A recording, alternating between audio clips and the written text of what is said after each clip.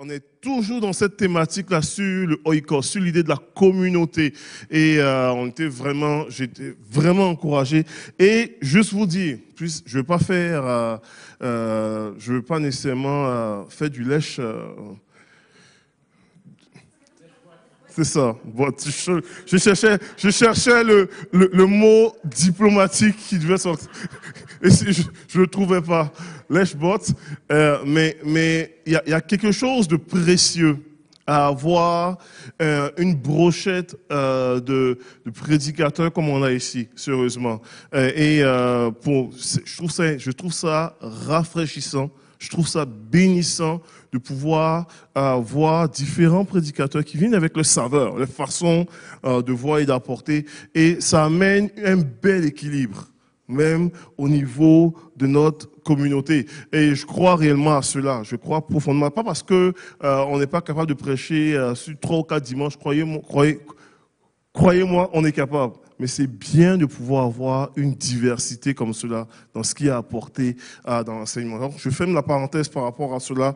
Et j'aimerais rentrer ce matin, j'aimerais vraiment amener un message sur l'idée de Jésus dans la communauté. C'est intéressant parce que la semaine prochaine, vous allez entendre un message sur moi dans la communauté, mais Jésus dans la communauté. Et je crois réellement que alors que nous sommes en train de bâtir une communauté ici, de personnes avec les mêmes valeurs, de même foi, je crois réellement que Jésus reste central dans notre projet de communauté ensemble.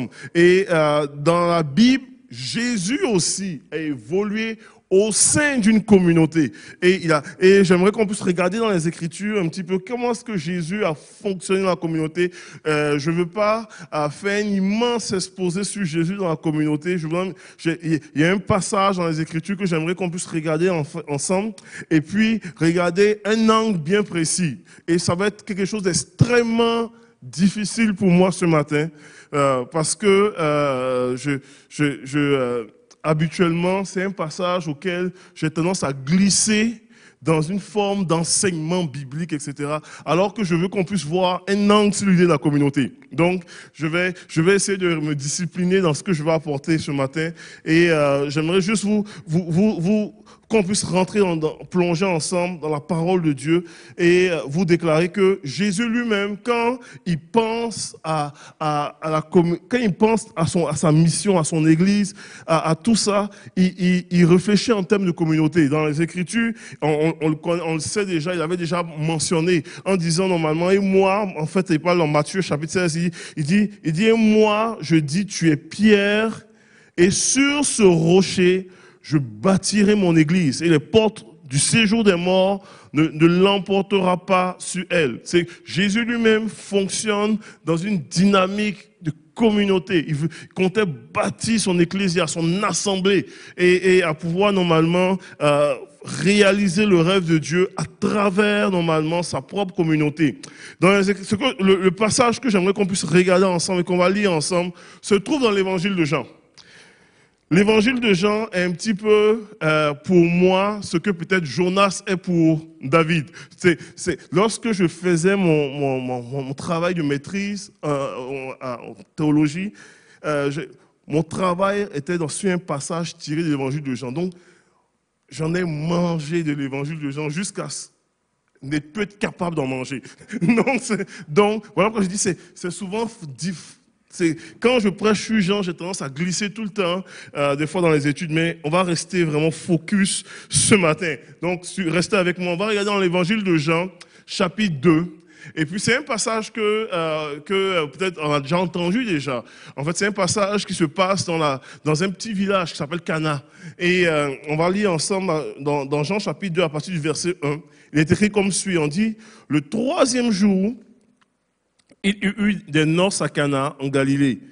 La mère de Jésus était là. Jésus fut aussi invité aux noces avec ses disciples. Comme le vin venait à manquer, la mère de Jésus lui dit, « Ils n'ont plus de vin. » Jésus lui répondit, « Que me veux-tu, femme? Mon heure n'est pas encore venue. » Sa mère dit aux serviteurs, « Faites tout ce qu'il vous dira. » Or, il y avait là 6 jarres de pierre destinées aux purifications des Juifs et contenant chacune une centaine de litres. Donc, on parle de 600 litres d'eau à peu près. Jésus leur dit, remplissez d'eau ces jarres, et il les remplit jusqu'au bord.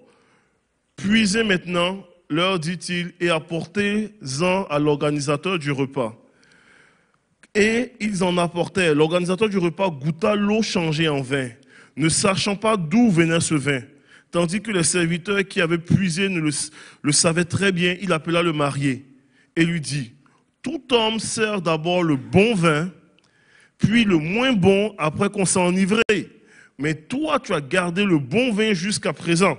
Et le verset 11, qui est vraiment important, tel fut à Cana en Galilée le premier des signes miraculeux que fit Jésus. Il manifesta sa gloire et ses disciples crurent en lui. Quel passage intéressant. Quel passage intéressant. Moi j'ai toujours, quand je lis ce passage-là, je suis toujours impressionné que le premier signe, le premier miracle de Jésus se passe dans un contexte de communauté. Ça nous laisse quelque chose d'assez intéressant à pouvoir réaliser. Vous comprenez très bien que au temps de Jésus, il y avait des plus gros enjeux qu'un manque de vin. Comprenez-vous un petit peu? Le peuple d'Israël était sous occupation romaine. Et il y avait des enjeux de santé publique. Il y avait des malades. Il y avait même une cité, qu'on appelait un petit peu comme une cité de lépreux. Donc il y avait des enjeux de santé publique. Il y avait encore la piscine de Bethesda où il y avait plein de malades. Il y avait toutes sortes d'enjeux. Et on a l'impression que Jésus aurait été bien mieux, ça aurait été plus pertinent que Jésus réalise ou performe son premier signe miraculeux dans un contexte réel d'enjeu public que dans un contexte de, même si c'est important là, de mariage où le vin vient à manquer. Comprenez-vous un petit peu? Mais il y a quelque chose en même temps d'extrêmement intéressant là-dedans. C'est que des fois, on est un petit peu, on réfléchit comme ça. On dit, mais Dieu doit être bien trop occupé à régler bien d'autres affaires plus urgentes que ma petite affaire qui ne marche pas. Et il doit être tellement occupé à j'ai même pas besoin j'ai un mal de tête, j'ai même pas besoin de prier pour ça parce que ça va passer. Dieu doit être, il y a bien plus important au cœur de Dieu que ma petite affaire ou mon petit vin qui manque. Mais le miracle de Cana est un rappel que Dieu se soucie des détails de ta vie. Même si ces détails-là ne sont pas nécessairement des enjeux de santé publique, ne sont pas des enjeux de société. Même si c'est aussi simple que... Puis, comprenez-moi très bien, c'était important quand même qu'il y ait du vin. Puis, je ne vais pas rentrer dans toutes les grosses études pour dire quand il manquait de vin dans un mariage au temps de Jésus, c'était vraiment une honte ou une opprobre sur la famille, etc. Il y a certaines personnes qui ont galvaudé normalement en disant c'est vraiment grave. Oui, c'était grave, mais c'était pas si terrible que ça. Et je ne veux pas non plus minimiser. C'était important et Jésus a jugé suffisamment important pour pouvoir agir. Comprenez-vous? Donc, pour nous, c'est un rappel que peu importe ce que tu vis aujourd'hui, qui peut sembler pas tellement important aux yeux des autres, mais peut-être qui est important pour toi. Peu importe ce que tu traverses aujourd'hui, peu importe ce que tu peux vivre dans ta situation, le miracle de Cana est un rappel que Jésus est suffisamment proche de ton cœur pour répondre à des besoins très, très, très individuels, comme ce manque de vin là. En tant que tel. Donc, on lit ce passage-là et on réalise aussi que Jésus, on réalise que Jésus, et merci, on réalise que Jésus le fait dans un contexte de communauté. Dans un mariage durait, au temps de Jésus, ça durait 7 jours. On peut comprendre pourquoi est-ce que le vin vient à manquer un petit peu là. Et quand tu comprends que le mariage dure 7 jours, tu comprends pourquoi Jésus a transformé 600 litres d'eau en vin.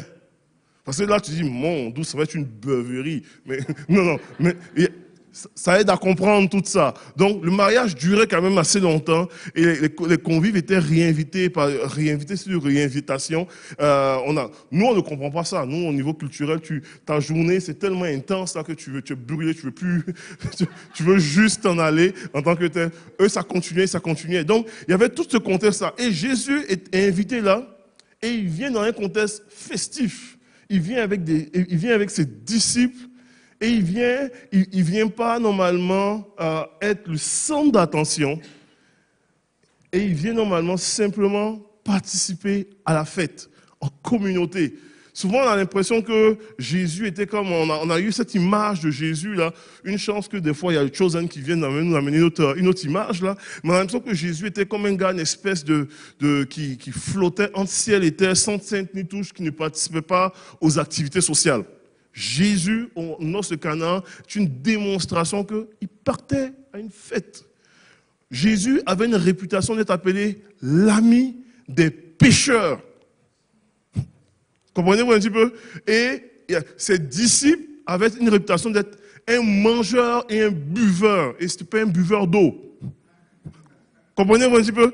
Je ne veux pas vous scraper l'image de Jésus, mais Jésus était probablement une personne qui vivait bien, qui était bien dans sa peau.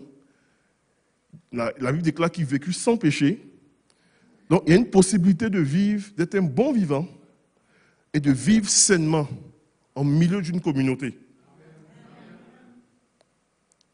Et j'espère que cette image va vous réconcilier un petit peu de qui est notre Jésus dans la communauté. Qui est notre Jésus? Et pourquoi est-ce qu'il avait cette facilité d'accès là? Où est-ce que les prostituées venaient le voir? Où est-ce qu'une personne collecteur d'impôts voulait le voir? Est-ce que des gens de mauvaise vie venaient le voir quand même? Tout comme des personnes religieuses qui étaient troublées de voir un maître, un enseignant qui avait quelque chose de spécial, mais qui avait une possibilité de pouvoir se tenir au milieu des gens de la société, sans normalement glisser ou être influencé. Par leur péché ou par leur situation, mais à pouvoir rayonner, être un bon vivant, mais dans une communauté et vivre sainement. Ce matin, j'aimerais juste vous montrer, je ne veux pas rentrer dans l'étude exhaustive de ce passage-là, ni un petit peu comprenez-moi très bien, pour ceux qui sont très études bibliques, je sais que ça existe, je sais qu'il y a toutes ces choses-là. L'évangile de Jean est écrit dans une dynamique de pouvoir présenter Jésus comme étant le Fils de Dieu. Et il écrit comme cela, et il le met à la fin de son texte dans Jean chapitre 19, en disant que je vous ai écrit ces choses pour que vous sachiez que Jésus est vraiment le Fils de Dieu, et en croyant en lui, vous avez la vie. Donc, tout est écrit comme cela. C'est de toutes les 4 évangiles relatés, c'est celui-là qui est écrit d'une façon très particulière. La preuve, l'évangile de Jean, plus de la moitié de l'évangile de Jean sont des récits qui se passent la dernière semaine avant la crucifixion. Donc, il prend le temps de pouvoir parler de l'enjeu principal de Jésus sur terre, et qui est vraiment sa mort et sa résurrection, tout ça. Donc, tout est vraiment écrit dans ce sens-là. L'évangile de Jean est écrit comme cela. Et l'évangile de Jean ne présente pas beaucoup de miracles de Jésus. En fait, à la fin, l'auteur dit, si je voulais écrire tous les miracles que Jésus a accomplis, les livres ne seraient pas suffisants pour parler de tous les miracles que Jésus a accomplis. Et il présente normalement 8 signes. Aujourd'hui, on en voit juste un seul. Il présente 8 signes. Il dit, et lui, il n'appelle pas ça des miracles. Il dit des signes qui démontrent que Jésus est vraiment le Fils de Dieu. Et les 8 signes relatés par l'auteur de l'évangile de Jean sont faits vraiment de façon très intentionnelle. Donc, quand il présente un miracle, il explique pourquoi il présente ça. Je prends un exemple simple. Jésus, normalement, enseigne en disant « Je suis la lumière du monde » et il le démontre en guérissant un aveugle. Comprenez un peu? Il enseigne sur l'idée de je suis le pain de vie, et puis il nourrit les foules.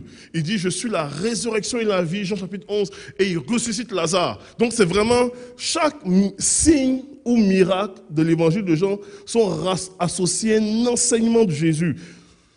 Je vous ai dit, j'ai glissé dans l'étude biblique. je voulais pas aller là, mais on va revenir. Mais donc, lorsqu'on voit ici le premier signe et le premier miracle, c'est quoi ce qu'on peut ressortir là-dedans? Et ça, j'aimerais qu'on puisse vraiment explorer cela ensemble. La première chose que j'aimerais qu'on puisse regarder, c'est que Jésus, normalement, va insister, et c'est les 2 points que je vais apporter ce matin. Jésus, normalement, va apporter une contribution hors des projecteurs. Et la deuxième chose que j'aimerais qu'on puisse regarder ensemble, c'est que Jésus va confirmer une confirmation de sa saveur. Il va confirmer qui il est réellement. Et je crois réellement qu'à travers juste l'attitude de Jésus dans sa communauté, on peut tirer des grandes leçons pour nous aujourd'hui. Et Jésus est un modèle extraordinaire sur comment est-ce que nous pouvons être et vivre dans notre communauté. Et c'est ce que j'aimerais qu'on puisse regarder ensemble. Quand je parle de la contribution hors des projecteurs, on peut regarder dans les Écritures. Jésus, la Bible déclare que lorsqu'on parle de ça, Jésus, normalement, on explique qu'il y a un problème dans un mariage. Jésus, n'oubliez pas, il vient comme invité dans ce mariage. Il n'est pas la personne d'honneur. Quand tu assistes à un mariage, la semaine dernière, j'ai eu l'opportunité, j'ai eu la joie de pouvoir être le célébrant d'un mariage en Abitibi. Et habituellement, le célébrant est quand même un peu sur le projecteur quand même. Mais habituellement, même si je suis célébrant, les projecteurs ne sont pas sur moi. Parce qu'on regarde là. Exactement. Donc,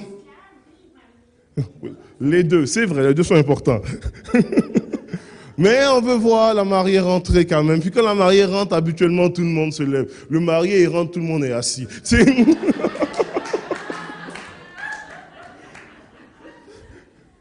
Donc, il y a vraiment ce côté-là qui est là. Et moi, j'étais là, je voyais. Et puis, les mariés sont à l'honneur.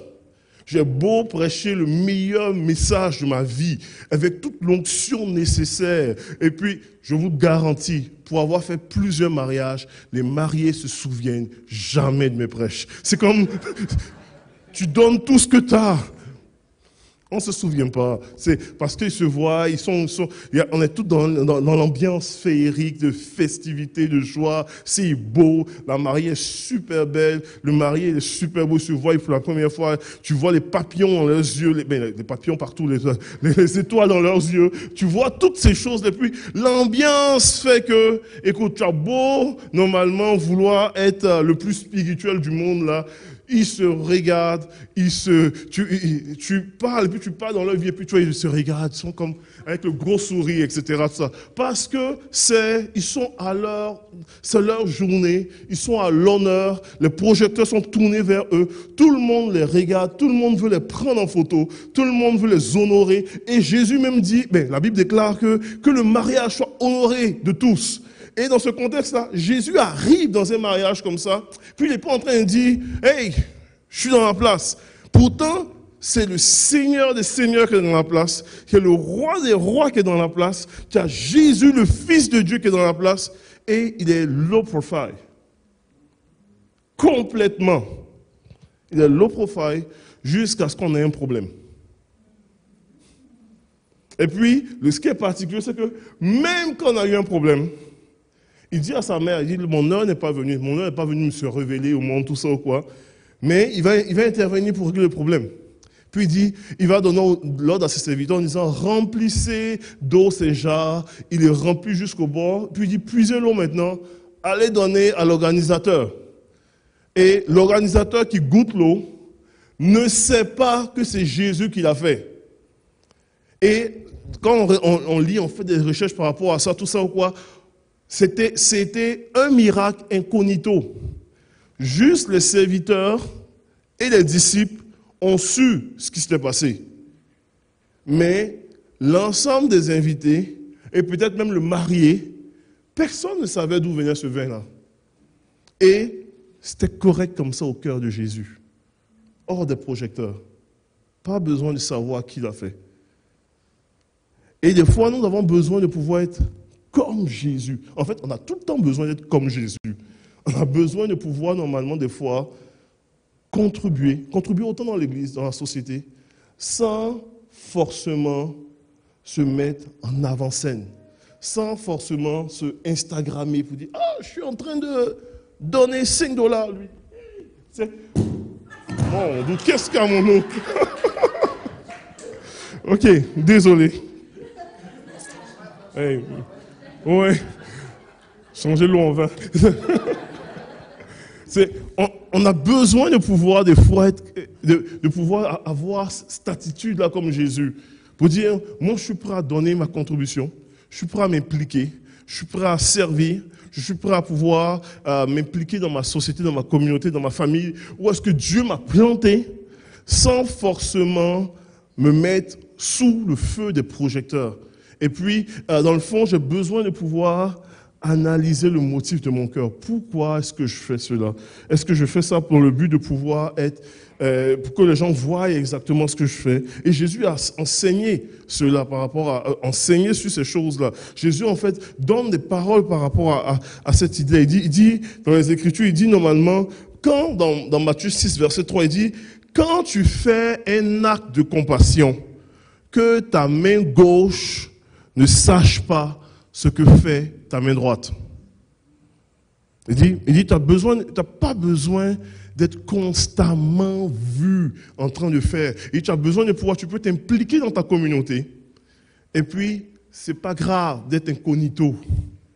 C'est pas grave d'être low profile. Et c'était une leçon que on le voit à travers le ministère de Jésus. Jésus qui se tient dans les lieux déserts. Jésus qui guérit et puis qui dit, n'en parle à personne. Il dit, va, c'est juste une grâce, vas-y secrètement. Et Jésus agit comme ça, pas parce qu'il voulait pas se faire connaître. Ça faisait partie même de son ADN. De ne pas vouloir obligatoirement se mettre sous les projecteurs. Moi, si j'aurais été le conseiller marketing de Jésus, c'est incroyable, là, parce que ce qu'il a fait, je me gratte toujours la tête sur l'idée de la résurrection. Pourquoi tu ressuscites et tu te révèles seulement qu'au 12? Je dis, mais il me semble que c'est le moment exceptionnel pour marcher dans les rues de Jérusalem. Pour dire, moi, là, vous m'avez crucifié il y a 3 jours, puis là, on fait vraiment la parade de la coupe Stanley. Où est-ce que je me montre clairement, puis je montre mes mains, mes pieds, je montre tout. Pour dire, voyez-vous, vous m'avez crucifié, je suis bien vivant. C'est vrai, hein? Mais Jésus n'est pas sous, dans son ADN, dans ce qu'il est, il ne fait pas dans le but de pouvoir être sur l'ensemble des vues sur le spot des projecteurs. Il apporte une contribution, il le fait secrètement et il continue à avancer en tant que tel. J'ai une petite vidéo que j'ai vue qui m'a fait sourire et c'est une vidéo qui a été faite par un humoriste ici au Québec. Je ne sais pas si on peut préparer la vidéo. Et il laisse normalement une espèce de leçon qu'il a appris, mais en même temps qui est très parlant pour nous aujourd'hui. Je ne sais pas si on peut le montrer la vidéo. Merci. Un jour, mon grand-père m'a remis un sac de grains en pleine nuit. Il m'a dit, Bouka, va déposer ce sac devant la maison des voisins qui ont de la difficulté à joindre les deux bouts. Le monsieur avait 12 enfants. Et quand j'ai demandé à grand-papa pourquoi il ne voulait pas donner le sac directement à ces gens-là, il m'a dit, Bouka, il ne faut pas faire ça. Celui qui veut venir en aide à quelqu'un doit attendre la nuit et déposer ce qu'il peut devant sa maison. De ce fait, quand ces gens-là se réveillent, ils ramassent discrètement le cadeau, mais ignorent l'identité de leur bienfaiteur. Et le lendemain, quand ils se promènent dans le village, chaque personne qu'ils croisent devient leur bienfaiteur potentiel. C'est de cette façon qu'on tisse les liens et cultive la solidarité sans enlever au moins nantir leur dignité. Ça, c'est mon grand-père qui a enseigné ça. Oui.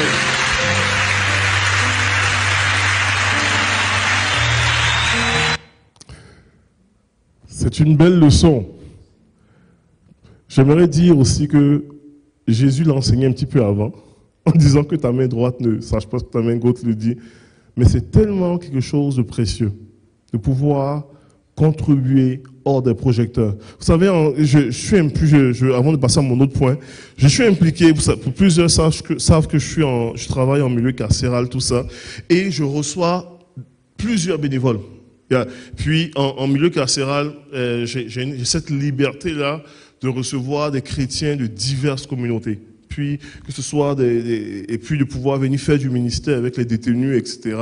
Et je reçois plusieurs chrétiens évangéliques. Et une des choses qui me fait toujours sourire, quand je suis en train de préparer mes équipes de bénévoles qui viennent pour plusieurs activités, pour un concert, pour des fois pièces de théâtre, pour toutes ces choses-là, je leur dis, écoutez, vous rentrez dans un milieu institutionnel, dans un milieu fédéral, en prison, et une des choses qui est très claire et qui est stipulée, vous ne pouvez pas prendre des photos en institution. Vous ne pouvez même pas rentrer votre cellulaire.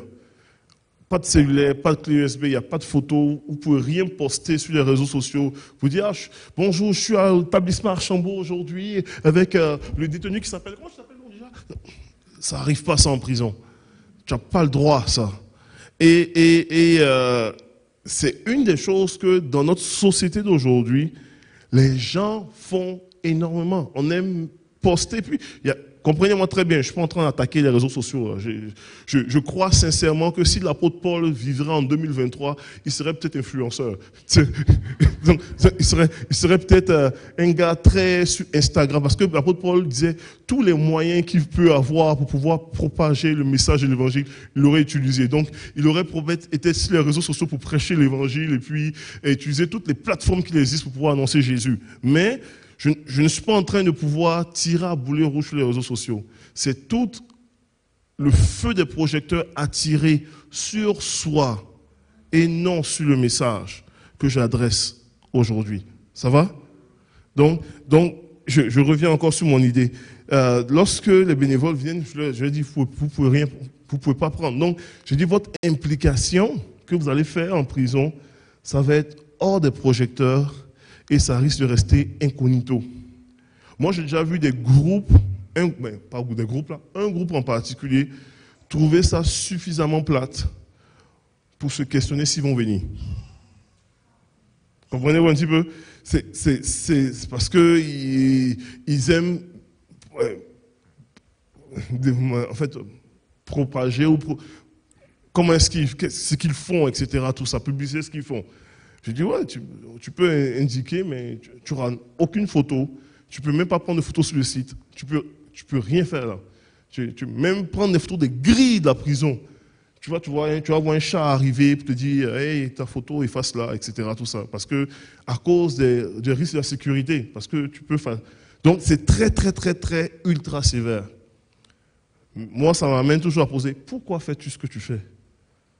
Pourquoi fais-tu ce que tu fais? Et Jésus, ici, normalement, était un contributeur hors des projecteurs. Il fait du bien et il ne veut pas normalement se mettre sous les projecteurs pour dire, c'est moi qui l'a fait. Et on peut tellement être cette église-là, des gens, des hommes et des femmes qui choisissons de pouvoir contribuer, de pouvoir bénir, de pouvoir agir, de pouvoir s'impliquer hors des projecteurs. Et la deuxième grande leçon, c'est honnêtement, il y a plusieurs choses que je peux normalement toucher dans ce passage-là, mais je veux vraiment garder l'angle de la communauté ce matin. Et la deuxième grande leçon qu'on peut retirer de ce passage-là, alors que Jésus s'implique dans la communauté, est vraiment toute la confirmation de sa saveur. Un des grands défis, alors qu'on est impliqué en société, alors qu'on est impliqué dans une société, est réellement ne pas diluer notre saveur. C'est un des très grands défis. Parce qu'en général, on aime être des gens conformes. On aime se mouler dans la masse. C'est que si tout le monde... Et puis, si vous allez... On est allé à Miami Beach, en tant que à la plage. Si tout le monde arrive à la plage, habituellement, en maillot, tu ne viendras pas à Miami Beach habillé en esquimau. Tu vas paraître bizarre.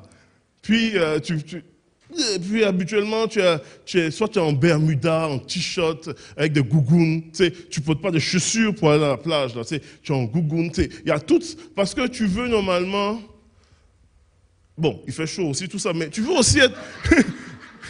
Tu veux être moulé ensemble. Tu ne veux pas normalement sortir du lot et te faire remarquer par... Sauf Jérémy. Il dit mon gars. Donc, mais tu ne veux pas sortir du lot habituellement. Tu veux être vraiment conforme avec la tenue vestimentaire. Quand on t'invite dans une soirée, souvent on demande, c'est quoi la tenue qu'on a un moment donné, on est parti dans l'activité au souper du capitaine, on était allé en croisé un moment, et il y avait une tenue requise pour le souper. Donc tu ne veux pas arriver là pour dire, je vais porter mon t-shirt best dad ever, tu sais, et puis venir avec en gougoune, alors que l'attente est que vous soyez habillé chic, casual. Tu sais? Donc, tu t'habilles en fonction du truc parce que tu veux te mouler à la masse. Et un des défis, c'est normal, en passant, c'est bien. Un des défis, là, je parle pour des exemples comme ceux-là, mais si on arrive dans des exemples beaucoup plus spirituels et beaucoup plus de société, une de nos réalités, on veut se mouler, on veut être conforme à l'ensemble. Un des gros défis, c'est de pouvoir préserver notre saveur, ce que nous sommes réellement. Et très souvent, le gros défi, c'est que nous avons dans nos armoires intérieures diverses formes de masques. Et en fonction de là où est-ce que nous sommes, nous pouvons des fois mettre des masques. Et puis ça, c'est ce que Jésus n'a pas fait. Je prie que les masques soient détruits au nom de Jésus et qu'on puisse vraiment, même si nous sommes en société, même si nous sommes dans un contexte très différent, qu'on puisse être des gens qui gardons notre même saveur, ce que nous sommes. Et dans les Écritures, quand on voit le passage de l'évangile de Jean, quand on lit normalement, on dit « Tel fut à Cana le premier des signes miraculeux que Jésus fit. » On dit « Il manifesta sa gloire. » Ce qu'il était. Et vous comprenez très bien, l'auteur de l'évangile de Jean, je ne vais pas rentrer, il commence son évangile en disant « Au commencement était la parole, et la parole était avec Dieu, et la parole était Dieu. » Les évangiles sont écrits dans une perspective. Là. Matthieu souvent parle de la royauté du Messie. Marc, Jésus le serviteur parfait. Luc, l'homme parfait. Jean, il mettait l'emphase sur le Fils de Dieu. Jésus, le Fils de Dieu, la parole vivante. Lui, normalement, qui était avant le monde, etc. Donc, le premier signe des miraculeux de Jésus mettait en évidence ce qu'il était, Fils de Dieu. Lui qui est capable de transformer quelque chose d'ordinaire en quelque chose d'extraordinaire. Change l'eau en vin et manifesta sa gloire. Et les disciples crurent en lui. Et moi, ma prière, c'est véritablement ça. Nous avons une saveur. Oui, nous sommes tous aujourd'hui, nous avons tous un point commun, nous avons reçu probablement pour la grande majorité Christ comme Seigneur Sauveur dans leur vie. Et si vous n'avez pas encore fait, c'est une opportunité extraordinaire de le faire. Mais au-delà de cela, nous portons une saveur qui vient de Dieu. Et nous sommes appelés à pouvoir manifester notre saveur, ce que nous goûtons. Il y a des gens qui ont une saveur bien particulière, même alors qu'ils manifestent, alors qu'ils vivent leur foi. Et ils peuvent être très, très, très pointus sur certaines choses. Dieu, on ne veut pas, une des choses de ma prière, on ne veut pas vous diluer, on ne veut pas scraper ce que vous êtes, on ne veut pas vous transformer, on veut que vous gardez la même saveur. Parce que Dieu vous a vu comme cela. Il vous a aimé comme cela, il vous a choisi comme cela, il est prêt à pouvoir œuvrer avec vous, avec votre saveur. Quand on regarde les disciples de Jésus ont reçu l'Esprit de Dieu avec leur saveur. Quand vous lisez les épîtres de chaque disciple de Jésus, moi ça me fait toujours sourire quand je lis l'épître de Paul, parce que Paul a un background d'enseignant qui a grandi au pied de Gamaliel, il a une façon d'écrire ses lettres, il a un style littéraire très propre à lui en tant que tel, il a sa saveur propre à lui. Si je vous envoie un courriel, ma femme me chicane pour ça des fois, j'ai une façon de commencer mon courriel qui est propre à moi. J'essaye de changer, mais c'est ma saveur. J'espère que tu vas bien, que ce message te trouvera encouragé. Elle dit, c'est quoi cette phrase-là? Non, partout. J'ai écrit au syndicat, j'ai écrit partout. Ça a toujours été comme ça. Mais c'est moi ça. C'est moi ça. Vous avez votre propre saveur à vous. Et on ne veut pas vous changer. On ne veut pas vous changer dans ce que vous dégagez. On ne veut pas vous changer dans ce que... Quand vous lisez les lettres de Pierre, il y a une couleur, il y a une chaleur dans les lettres de Pierre qui est propre à sa saveur à lui. Quand vous lisez Jacques, il y a des gens qui vont dire « Moi là, j'aime Paul, je ne tripe pas sur Paul, je tripe beaucoup plus sur Jacques. » Jacques est direct. Jacques, il s'en fâche pas dans le fleur du tapis. Bang, bang. Oui, il a sa saveur. C'est sa saveur. C'est merveilleux en tant que tel. Mais c'est comme ça. Nous avons tous même saveur. Nous avons tous une saveur. Et Jésus avait une saveur qui goûtait la divinité de Dieu, qui était manifestée. Donc, il peut être au milieu d'une communauté, dans un contexte où est-ce qu'il est incognito, où personne ne sait qui il est, mais la saveur de la divinité est là et elle se manifeste. Elle se manifeste, il manifeste sa gloire. Il rencontre une femme au bord d'un puits, et puis il a soif, il veut boire de l'eau. C'est très, très, très relax. Il entame une conversation. Sa saveur se manifeste. Il dit, écoute, il dit, si tu veux voir cette eau vive, va, appelle ton mari. Il dit, oh, j'ai point de mari. Il dit, oui, c'est vrai. Il dit, tu as raison de dire, tu as point de mari, parce que tu en as eu 5 maris, et celui avec qui tu es aujourd'hui n'est pas ton mari. La saveur qui dégage. Il est dans une conversation très, très communautaire, là. Il rencontre Philippe dans l'évangile de Jean, et puis Philippe arrive, et puis on pense qu'on a trouvé le Messie. Il dit, tu sais, avant que tu étais... Il dit, avant, normalement, que Nathanaël... Il rencontre Nathanaël. Avant que Philippe t'appelle, il dit, toi... Il dit, pendant que tu étais sous le figuier, moi, je t'ai vu. Hein? Tu sais, la saveur de la divinité se manifeste. Et je crois réellement que chacun de nous, nous portons quelque chose comme cela. Il y a des gens qui ont une saveur qui goûte.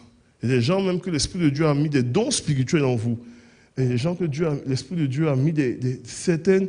Il y a des gens qui ont une certaine sensibilité au niveau prophétique. Il y a des gens qui ont une certaine saveur au niveau de l'enseignement, au niveau d'une proximité. Il y a des gens qui ont une saveur au niveau tout simplement de tout l'aspect du rassemblement social des gens, etc.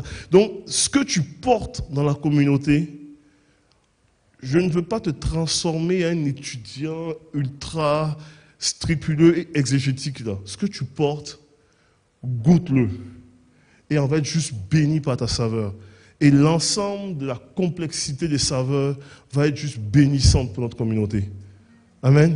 Et c'est ce que je veux vraiment... Je vais terminer avec ça. Je ne vais pas être très long ce matin.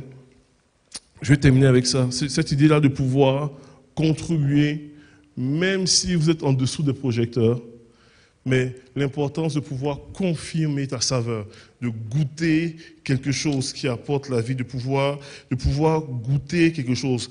Et alors que je vais inviter les musiciens à avancer, je vais vous laisser juste ce modèle de Jésus, là, ce modèle pour nous aujourd'hui, à pouvoir normalement appliquer. Comment est-ce qu'on peut appliquer cela aujourd'hui? Je vais vous laisser juste ces 2 pensées-là.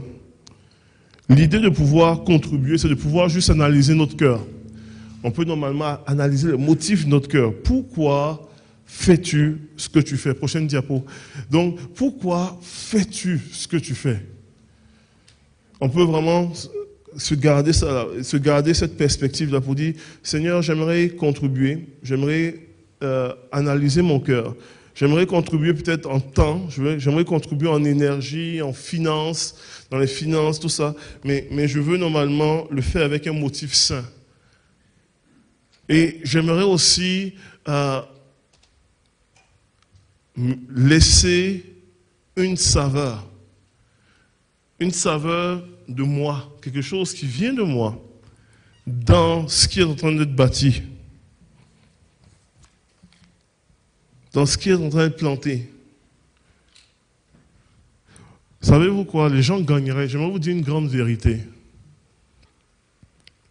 Les gens gagneraient à te connaître. Les gens gagneraient à te connaître vraiment. Les gens gagneraient à te connaître. Et tu peux laisser ta saveur. Et nous sommes enrichis par ce que tu portes, sans essayer de te mouler en quelqu'un d'autre ou te mouler à une commande pour essayer de pouvoir... Ils s'attendent à ce que je sois comme ça, je vais être comme ça pour faire plaisir. Tu peux être ce que tu es et rayonner pour la gloire de Dieu et rayonner dans la présence de Dieu et apporter la vie et apporter l'espoir. Moi, je crois réellement, et puis je vais vraiment terminer ma troisième conclusion. Ça finit pour vrai. Je crois réellement à une église, je crois réellement à une communauté composée d'hommes et de femmes qui brillent d'une façon extraordinaire. Dans la communauté, il peut y avoir des gens qui sont très pointus, qui sont très raffinés dans l'exercice des dons spirituels. En fait, on espère que tout le monde le soit. Mais des gens qui vont être comme des champions, là. Des gens qui vont être raffinés dans tout ce qui est relation d'aide, dans tout ce qui est mission. Des gens qui vont être raffinés, que ces choses-là résonnera dans leur cœur. Dans tout ce qui est communion fraternelle, tous les projets pour pouvoir bâtir ensemble la communauté. Tout ce qui est soutien pastoral. Des gens qui vont être raffinés dans tout ce qui est entrepreneurial. Qui vont être des coureurs de projets de façon extraordinaire. Des gens qui vont avoir différentes saveurs. Il peut y avoir des gens qui vont être excellents dans la communication de la parole. Des enseignants. Il peut y avoir des gens qui vont être, qui vont être extrêmement raffinés, des gens d'affaires à succès, qui sont extrêmement généreux. Je crois à une communauté diverse, où est-ce que chacun enrichit la communauté par la saveur qu'il porte. Je crois en une communauté qui vont pouvoir normalement accompagner aussi des jeunes couples, des familles. Je crois vraiment à une communauté où chacun vient avec ce que Dieu a posé sur leur cœur. Avec la grâce de Dieu, avec l'onction de Dieu, avec la puissance de Dieu. Et qui font, et ensemble, on n'est pas je dis souvent, on n'est pas des couteaux suisses là. Ensemble, nous allons bâtir quelque chose. Et je crois réellement que c'est ce que Jésus a fait. Quand il choisit ses 12, c'est pas des champions. Il choisit des gens très différents, des gens à saveur différente, des gens même presque qui sont presque opposés. Et il réussit à bâtir quelque chose avec ça. Et c'est tellement beau de voir ces gens-là, plus tard, se répandre à travers la terre et à faire une différence dans la saveur dans laquelle Dieu les a placés. Et si c'est votre désir ce matin, j'aimerais qu'on puisse vraiment terminer cette réunion-là avec cette prière-là. Cette prière de contribution. Pour dire, Seigneur, aide-moi à contribuer. Peut-être qu'il y a certains qui ne savent pas où contribuer. Aide-moi à contribuer. Ouvre mes yeux sur des besoins, sur des choses spécifiques. Ça peut être ici dans l'église, mais ça peut être en dehors des murs de l'église. Je crois profondément à l'église de Jésus-Christ qui dépasse les frontières de murs. Je crois profondément à une église qui rayonne partout. Je crois qu'il y a une église de Jésus-Christ à la prison d'Archambault où est-ce que je travaille. Je crois profondément qu'il y a une église de Jésus-Christ à la mission Nouvelle Génération. Il y a une église de Jésus. Comprenez-moi un petit peu. Donc ça veut dire que si le Seigneur t'appelle à t'impliquer ici, alléluia, on a besoin, il y en a des besoins. Dieu peut aussi t'appeler à pouvoir te planter dans divers lieux. Et on veut être une église qui souffre ces choses-là, qui encourage. On veut être une communauté qui dit yes. Si tu es appelé à aller en mission, gloire à Jésus, tu es appelé à être une mission ici, tu es appelé vers des nations autochtones. Peu importe, comprenez-moi. Goûte donc ta saveur. Et si Dieu t'appelle ainsi, alléluia. Donc, on va se tenir ensemble debout pour terminer ce moment-là en prière. En disant, Seigneur, aide-moi à contribuer. Ouvre mes yeux. Dirige-moi là où est-ce que tu m'as planté. Mets des semences, ça peut être à l'école, ça peut être dans les hôpitaux, ça peut être... Mets ta sémence afin que je puisse être une personne qui contribue indépendamment qu'on me voie ou qu'on ne me voie pas.